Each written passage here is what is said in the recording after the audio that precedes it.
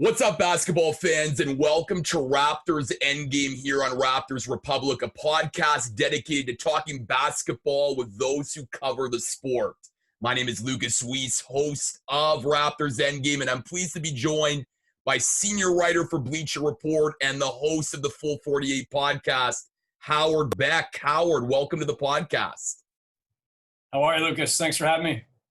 It's my pleasure, Howard, and I got to start off. I mean, we're right now into the second round of the NBA playoffs. What's it been like for you reporting on this event virtually for you? Because I'm sure for many of the journalists that aren't in the bubble right now in Orlando and are covering the NBA playoffs, it must be a unique and challenging experience. I mean, it's definitely one of the strangest things I've seen in 23 years of covering the NBA. And, look, for reporters, there's a lot you can do in covering this game and this league from the comfort of your home, certainly. There's a phone, there's Zoom, and you can watch everything on TV. It's not the same. Nothing is ever the same as being there. The whole point of being a reporter, look, there's a lot of people in this space now, right? We've got people who cover the game in a variety of ways, and I'm not saying that any are better or worse than any others. You can be a basketball writer and never leave your house and do just fine. If you're just analyzing the game, if you're an X's and O's person, or if you're an analytics person, if you're somebody who just likes breaking down, the fundamentals based on just observation, watching it on TV, you can do that effectively. But for journalists covering this league who have, spent, in my case, a couple of decades going to games, using pregame time to chat up GMs and scouts and assistant coaches and heading to the locker room, chit-chat with players, just, moving around the league and having conversations and gossiping and picking up on things. There's some of that you can do remotely, but there's nothing like being at a game for the reporting purposes. And that part is much tougher if you're not at the games, if you're not in the bubble, and there's only a handful who are. And on top of that, at this time of year, I wouldn't necessarily be somewhere right now in the middle of the semifinals unless there was a specific feature I was working on. Back in my beat writing days, or back in my newspaper days, the New York Times would be sending me to somewhere every round, sometimes multiple places per round. I used to, the joke was I was like this vulture sweeping into or swooping in to close out teams, because the most interesting games were always closeout games. Somebody's about to get upset. Somebody's finally going to advance that, that has championship expectations, whatever. And so I just bounced series to series to series. And for the last 6 months, I have not bounced anywhere except around my neighborhood, basically here in Brooklyn. So it is strange. This is the longest period I've gone in 23 years without getting on a plane or checking into a hotel. It's different. No doubt, but I want to follow up on what you said about how you used to bounce around a different series. Do you prefer what it is now for you, where you're just sort of staying in one place or maybe going to one series later on in the playoffs, compared to those days of just bouncing around a different series? They each have their own advantages. It was a ton of travel during that period of my career, and it was, certainly tough on family life. My daughter was small back then, and so all that travel was tough. But in terms of bouncing from between series versus especially in the conference finals, that's when I would usually settle in, conference finals and finals. And there's the other footnote to all of this, is that I'll be missing the finals for the first time in many, many years. Covering a series start to finish is gratifying in a different way. It's harder because you're away from home for up to 2 weeks straight, but you really get a better feel for the personalities and the trends in the series when you're there up close every day, not just at the games, but at the shoot-arounds, at the practices. That's when you really, for all the relationships I have in this league, a lot of them actually trace back to that really heavy in-person traditional beat writer type of role I was playing for the New York Times from 2004 to 2013, when I was covering the Knicks, but the Knicks were never in the playoffs, of course. So they'd send me out to Phoenix and and I'd be covering Suns Mavericks, and that's when I got to know Mike D'Antoni a little bit, and Amari Stoudemire and other people I would later encounter here in New York. And so it was always good to be somewhere start to finish, because that's when you really get a feel for people and you get to kind of build up relationships a little bit. So yeah, I think I probably preferred that, but the bouncing around was interesting too, because you saw a lot. And all those extra airline miles help in the off season when I want to take my family somewhere. No doubt, and I'm sure your Marriott points as well are quite handy for that as well. But you speak about relationships, and I think it's very interesting because I've spoken to various reporters. I had Gary Washburn, senior writer for the Globe, on this show, who's actually in the bubble right now.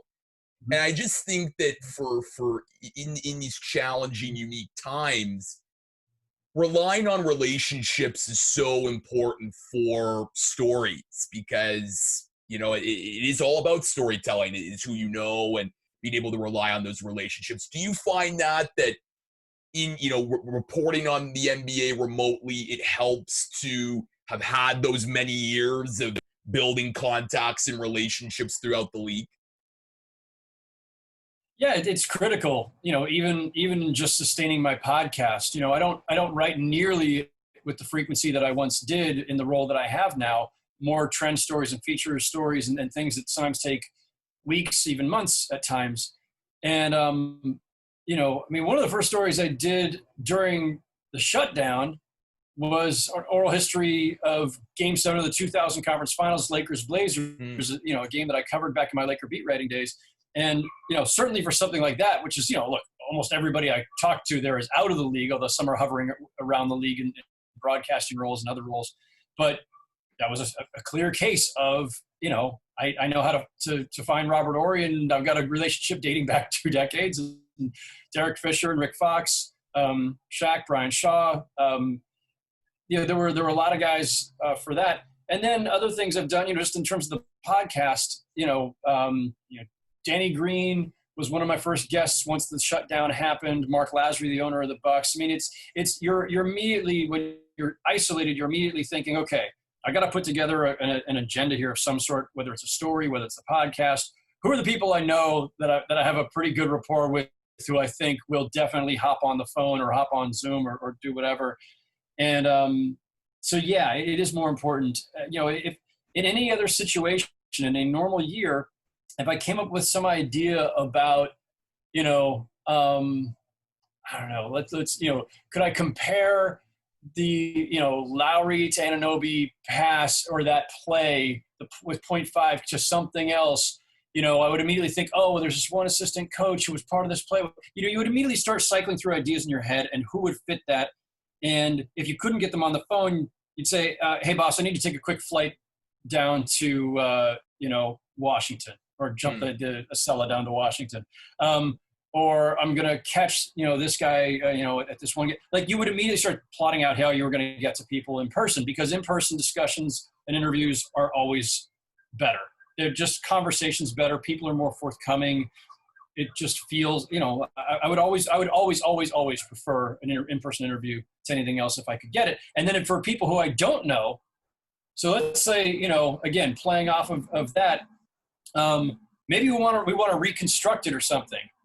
I can't get everybody I need just on the phone. That's just not realistic. So, all right, let me zip up to Toronto or, wherever the series was at that point, and give me a couple of days of hanging out at practice and shoot-arounds and sidling up to the people I need to talk to and saying, hey, give me a little bit more insight into how this developed or that developed, or what how you guys worked on this or something.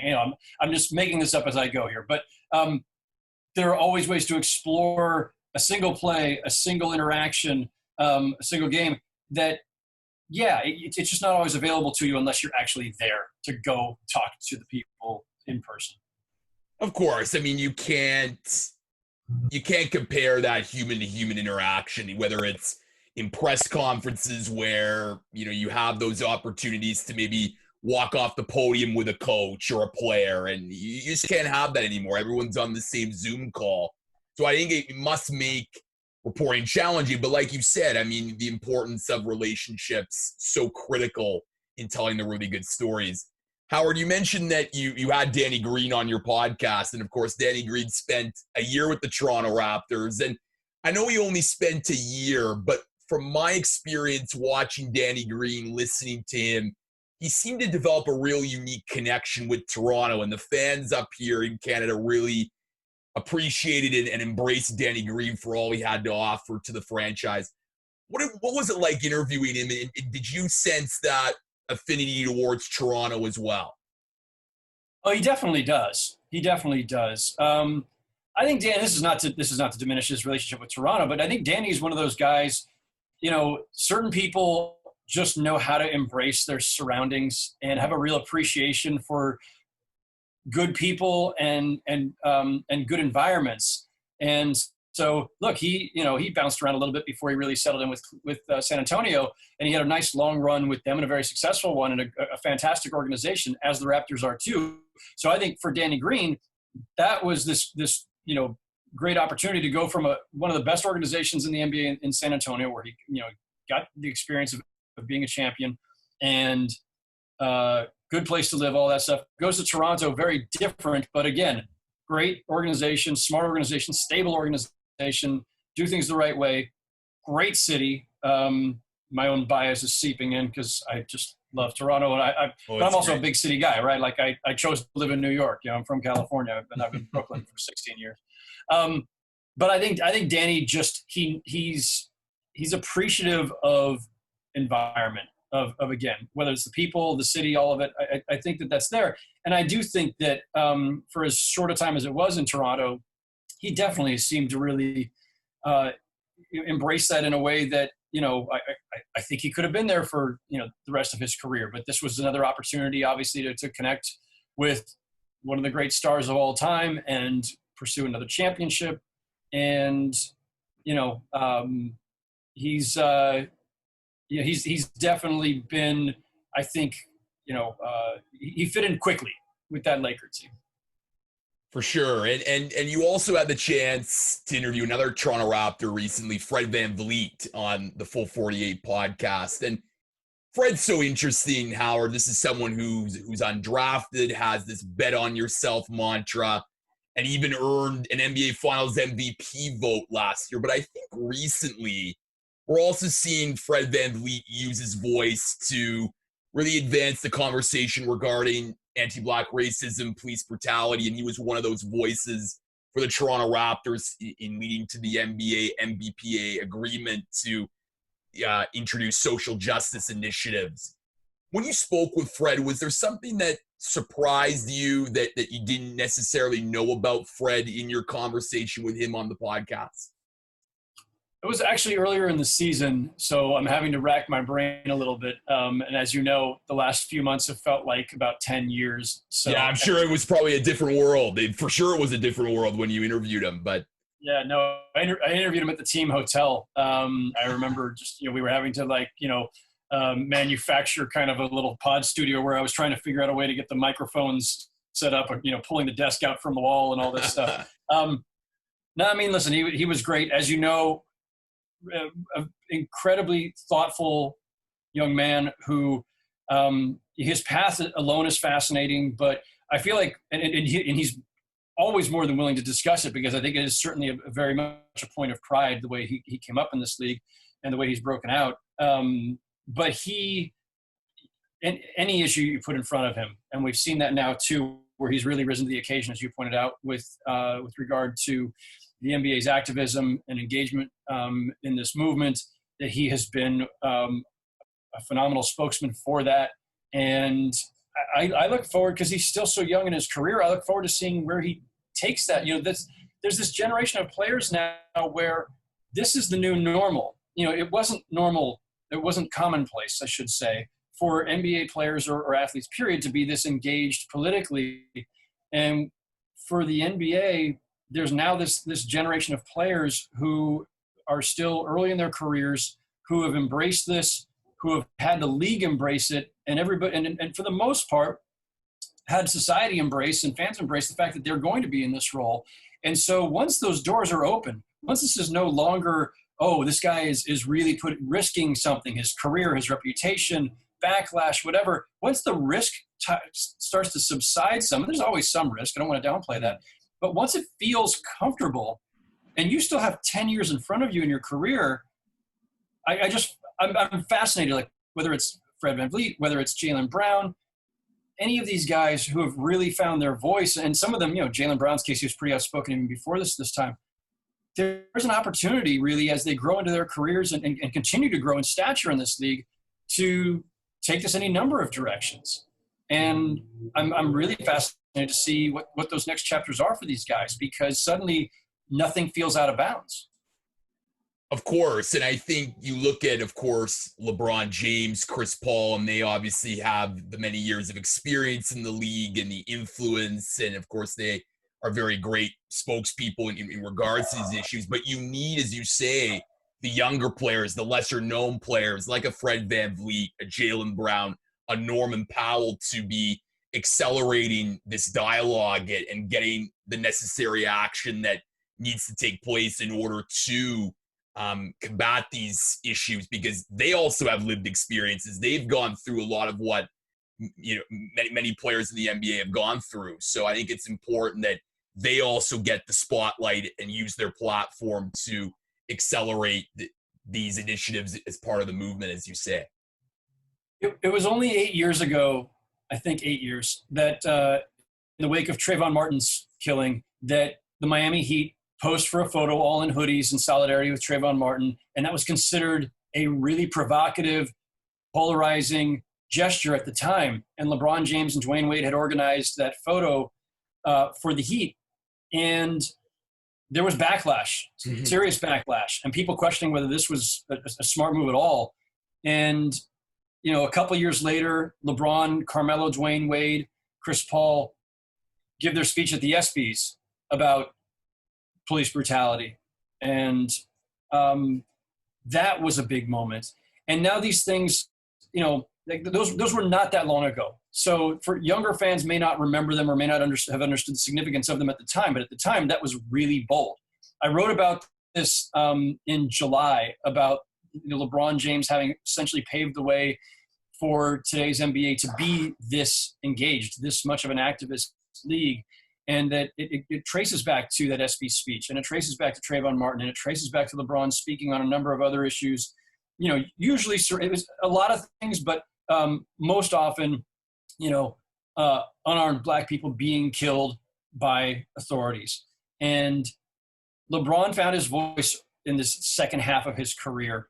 And because he is the standard bearer for this league, because he is one of the greatest of all time, he had the standing to do it. And I think it gives comfort to everybody else in the league to say, well, I can do this too, in a way that in Michael Jordan's era, he was not going to be outspoken. That wasn't the way the league was then. It wasn't the way he was then. But I think if Michael had, and I'm not saying he should have, this is not to get into that discussion, but if Michael Jordan had been that bold to say, I'm going to take a stand on this issue or that, it would have emboldened others in the league to do the same. I think the fact that it's LeBron in particular that has been out front for the last 8 years on these issues has made it possible in a moment like now, like this one, where all these issues have really come to a head, obviously for our entire world and certainly in this country, that players are more comfortable because LeBron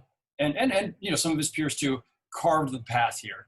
And yes, that was another story, by the way, where I did that completely remotely, and LeBron himself I couldn't get for that story unless I wanted to get on some group Zoom call that I didn't want to do. If in a normal circumstance, in a normal year, I would have, looked at the Lakers' schedule, seen, is he coming anywhere close, or do I have to fly out there? But I would have made sure I had that moment to sidle up post game or after practice and say, hey, I'm working on this thing. Can I get a couple minutes? And, he's been pretty good to me over the years. I think he probably would have.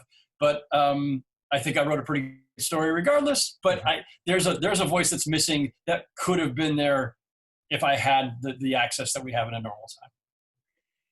And speaking of access and just the unique experience, I know that you recently wrote a feature for Bleacher Report on the home court advantage and the lack of crowd. And obviously there is pipe pumped in crowd noise. There are virtual fans, but it's not the same as a playoff game at Scotiabank Arena, TD Garden, or the Staples Center. I'm just curious, when what's your process to write a piece like that, and what did you discover there that you may have not have known before going into the piece?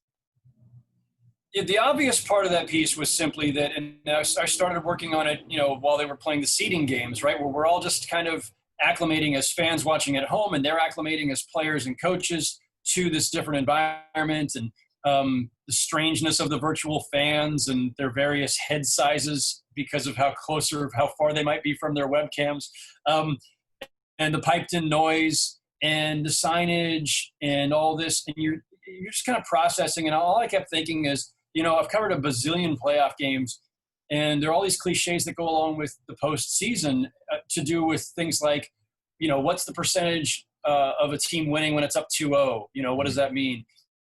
Coaches saying things like after their team has lost the first two games on the road, they say, well, that team just held serve, this awful tennis analogy, which is not true, by the way. They didn't just hold serve. If you're up 2-0, like 75% of the time or higher, you win the series. So it's not just holding serve. It actually matters that a team is up or down 2-0.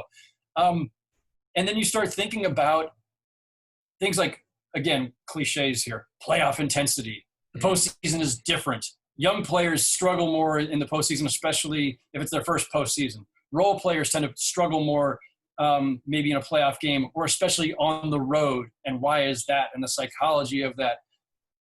And so I kept thinking about, like, well, this is the first ever postseason. And again, this is not some profoundly unique observation, but I started thinking about it. So what does it matter? What does it mean? What does it mean this is to have the first ever postseason with all neutral site games where they try to manufacture the idea of a home court environment, but you can't. It's just not the same. And it was more about wondering what will happen and then trying to project it, because nobody could possibly know. But it was interesting talking to, I talked to Seth Curry from the Mavericks, who was there to see Dame Lillard's insane shot that high-arcing shot that hits the back of the rim, bounces literally 18 feet in the air before it comes back down. And what the reaction would have been for a shot like that, or some of Luka's shots, just these big moments. And yeah, for them it is. It's weird. There's nobody to bark back at in the stands, and there's no, you don't feel that intensity around you. And so, look, I haven't looked up the numbers now, but I don't know what the home road split is for winning percentage at the moment.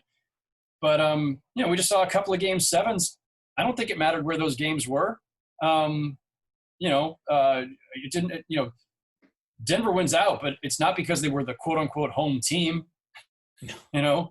Same for in that Houston-Oklahoma series. It didn't matter where that game was. I mean, it mattered that it was not in either of their cities. So, I think the best stories just come from curiosity, and it can be as simple of an observation as, what does it mean when there's no home court? So it was a fun one to do. Yeah, I know, and it was a really insightful one to read, and I think for me, like, obviously in normal times, you can't beat the home crowd or that playoff atmosphere, either being in attendance or watching at home on TV. But I think now the conversation is more on the basketball side. I mean, it was back then, don't get me wrong, in normal times, but there's always going to be people that say, well, if it was in a different building, there would be a different outcome. Whereas now, when that's not the case, it's like, okay, like, these are two teams playing basketball, and it's like, the best team's going to win. So I think that's, in sort of a silver lining way, is a better way of describing a particular game or an outcome, rather than solely focusing on whether it's home court advantage or not. It is a stripped down version of the game where, yes, the talent and the playmaking and the execution are absolute, right? There is it's not about getting rattled. Now, you can still get rattled. I think, guys, nerves still come into play in tight situations in high stakes games. But it's definitely a distilled kind of version of the game. But it's interesting because I think it's easy to kind of dismiss some of that where you think, well, all right, I know the home court exists. And I think, some of that, especially in the playoffs, has to do with, higher seeds are going to win their games, more often anyway, because they're the better team. There's all these other things you can ascribe to it. But I will just say, again, having covered the league for 23 years and having been to a bazillion playoff games and a lot of finals games, the environment does matter. The fans do matter. I don't understand why they do, because noise is noise. And I had this conversation with Mike D'Antoni and with Seth Curry, with a couple of the people that Danny Green, who I talked to for that story. It's just noise. And so it's whether they're for you or against you doesn't really actually matter. And that's psychological, right? You can process it any way you want. But the fact is, it's hard to turn that off. You're cognizant of it. How do you, when they're cheering loudly and you're the road team, those cheers aren't for you. So it's not just noise. It's noise directed in a way that plays on your psyche.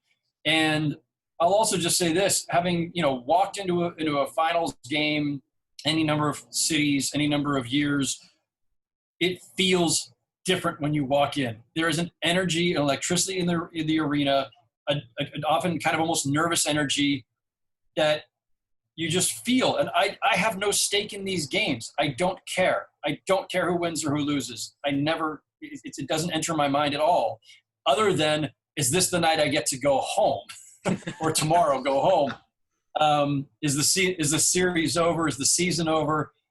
But aside from selfish impulses to want to be done sometimes, I don't have any stake in it. And yet I'll walk into Oracle Arena during the finals, or to Quicken Loans Arena or Scotiabank Arena. I'll walk in and you feel it, and you're on edge also for no particular reason. I have nothing at stake other than trying to make deadline. You feel it. And so if I'm feeling it as a neutral observer, you can only imagine how much it affects the players and even the coaches. That's really interesting. And I want to follow up on that, because I think whenever journalists, because I've talked to many journalists, they cover big events, there's almost this sense of a greater weight on the words that you write, knowing that this is a big event, more eyeballs are going to be on your content. Is that what you feel as well in terms of that nervous energy that you described? That is absolutely true. And again, you'd like to think that, well, I've written 1,000 game stories. I've covered all these games on deadline. What does it matter whether it's a mid-February game between the Knicks and Grizzlies versus a finals game? It's the same process. You're the same writer. You do the same basic reporting before and after the game. But no, just like with the players, where you feel it more because the stakes are higher. When it's a big moment, you want to capture the moment. You want to capture it right. You want the stories you write normally in June to be your best stories. I want, that whether the game itself was better or worse than a game in January, I want my story to be better because the stakes and the meaningfulness of the game are weightier. And so, yes, it's the kind of thing where even after doing this for a long time, it can still kind of play with your head a little bit. And yes, that is part of the nerves. And again, yeah, you'd think, having done it a billion times, that it would just be routine and you wouldn't let it get to you as much. I think I probably am a little calmer about it now, but it still affects me. It's still, you can't turn it off. And I think it's mostly a healthy anxiety.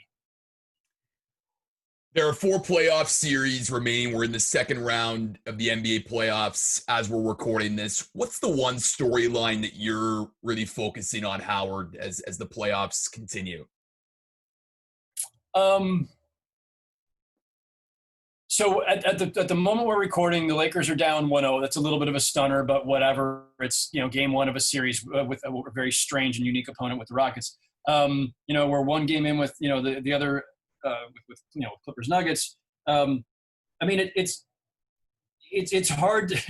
It's hard to avoid the obvious on this one. It's hard to avoid the obvious, which is that the Bucks are down 3-0, and Giannis, who I think will probably be announced as the 2-time MVP today, because you usually want to do that before a team has been eliminated. And who knows? Maybe he'll refuse. Maybe he'll just say, "Look, let's just do it after the season. I don't want to do it while I'm down 3-0. It's too awkward."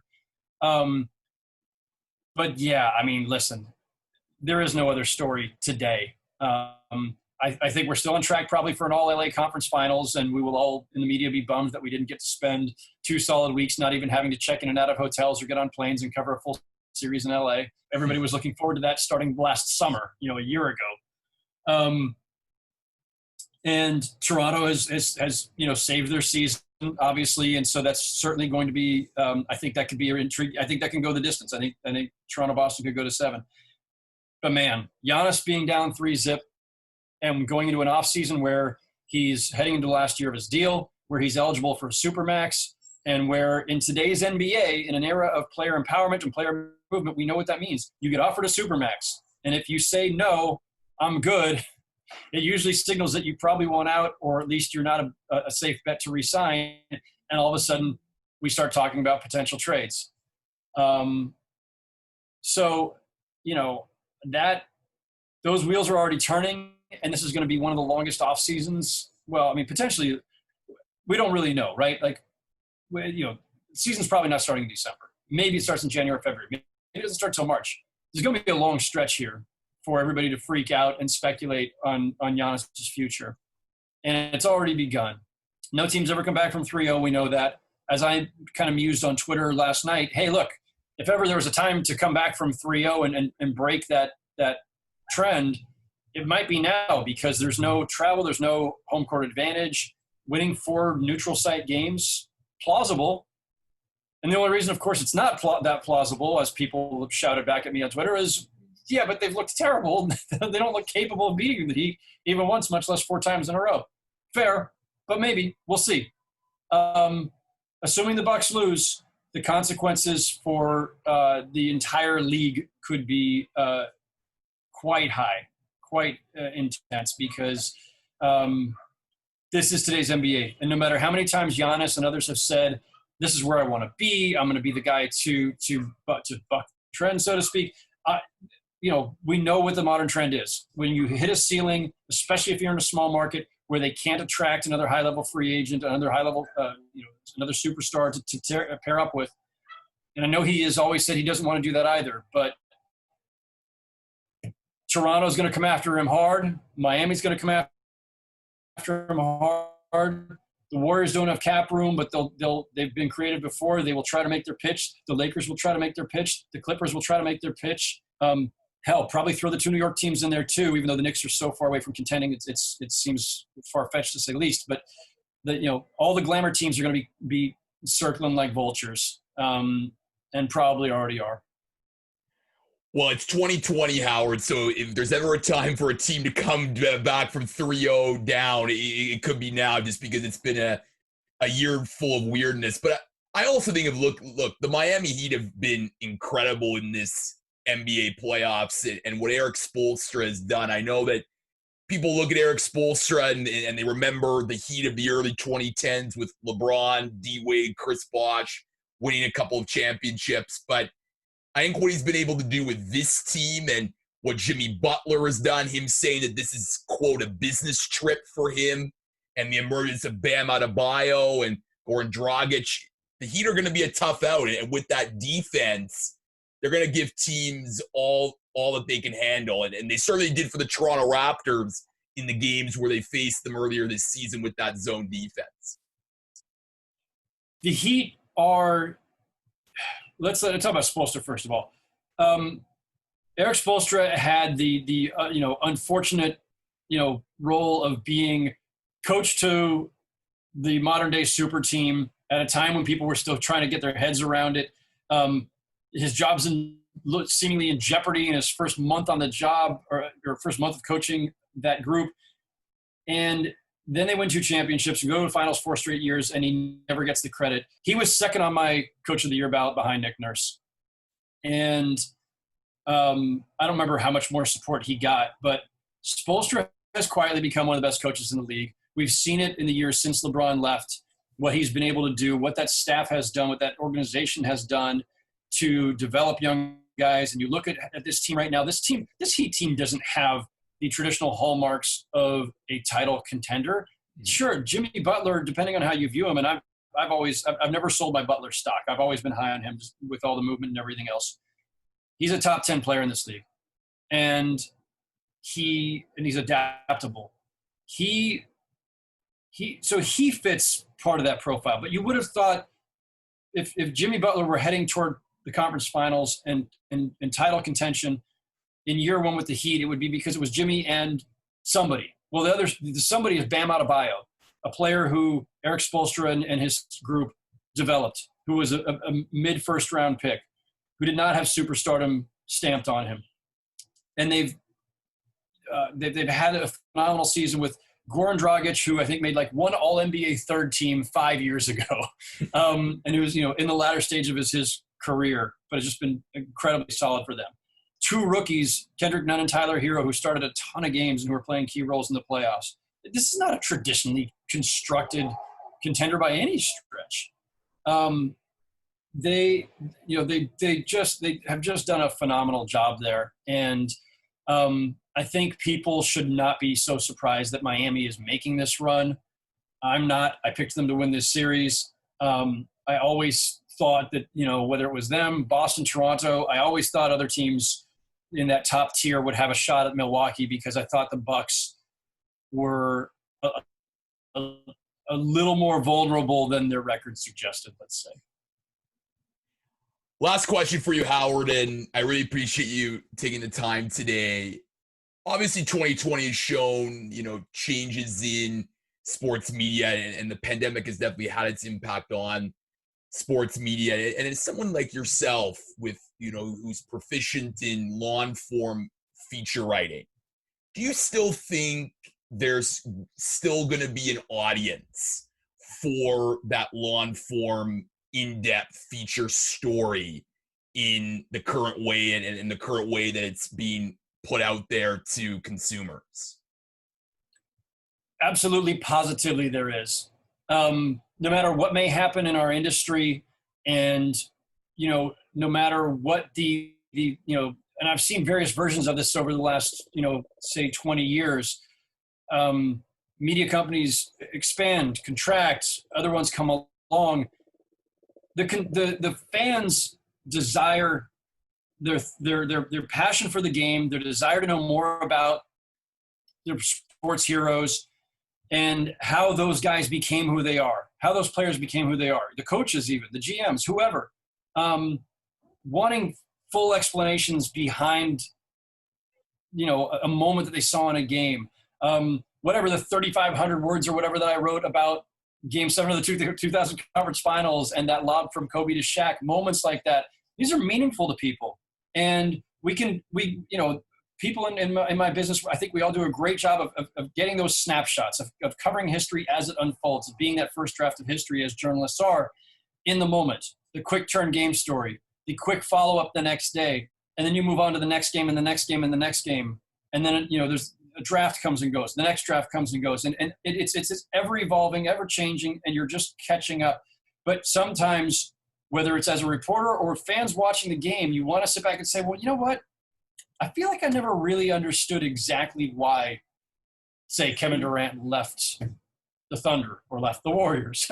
And at some point, somebody in my position sits back and goes, I feel like there's more to tell there. And I remember hearing this one rumor at the time, and I kind of tucked it away, jotted it down, didn't really do anything with it. I'm going to follow up with that person. I'm going to see where that goes. And I'm going to write 3,000 words explaining this if I find that nugget that I really need. Or one of my favorite stories that I did about Carmelo and LeBron's friendship/rivalry, which was, I think, 5 years ago now that I wrote that. That story was, I don't know, it might have been closer to 4,000 words. That story was one of the most well-received of anything I've done in the last probably 10 years. Yeah, people love a good, not like long form for the sake of long form, no, but a well-researched, well-written, great tale about whatever, a relationship, a trend, a moment. Yeah, there's always going to be a market for that. There's always going to be a place for that. And anybody who thinks otherwise is foolish. And if anybody wants to veer away from that, I think they're foolish. And I just think that even in today's sports media culture where we're transaction obsessed and we're viral content obsessed, And it's always about, that one provocative thing that Joel Embiid just said, or the next 17 Giannis trade rumors. Yeah, that stuff is all part of the energy of this media space and of the sport. And it is something that is, it's titillating, and it gets fans going, and it gets, water cooler discussions going and barbershop conversations going. And all of that matters too. But people want to know the story behind the story or behind the moment. And so, yes, there will always be an appetite for that. There will always be a desire for that. There will always be a place for, great mid to long form, let's say, storytelling. And I have absolutely no doubt about that. Howard Beck, he is a senior NBA writer for Bleacher Report and the host of the Full 48 podcast. Howard, thanks so much for joining me today on Raptors Endgame here on Raptors Republic. Been my pleasure, Lucas. Thanks for all the thoughtful questions. This was a lot of fun. Appreciate it.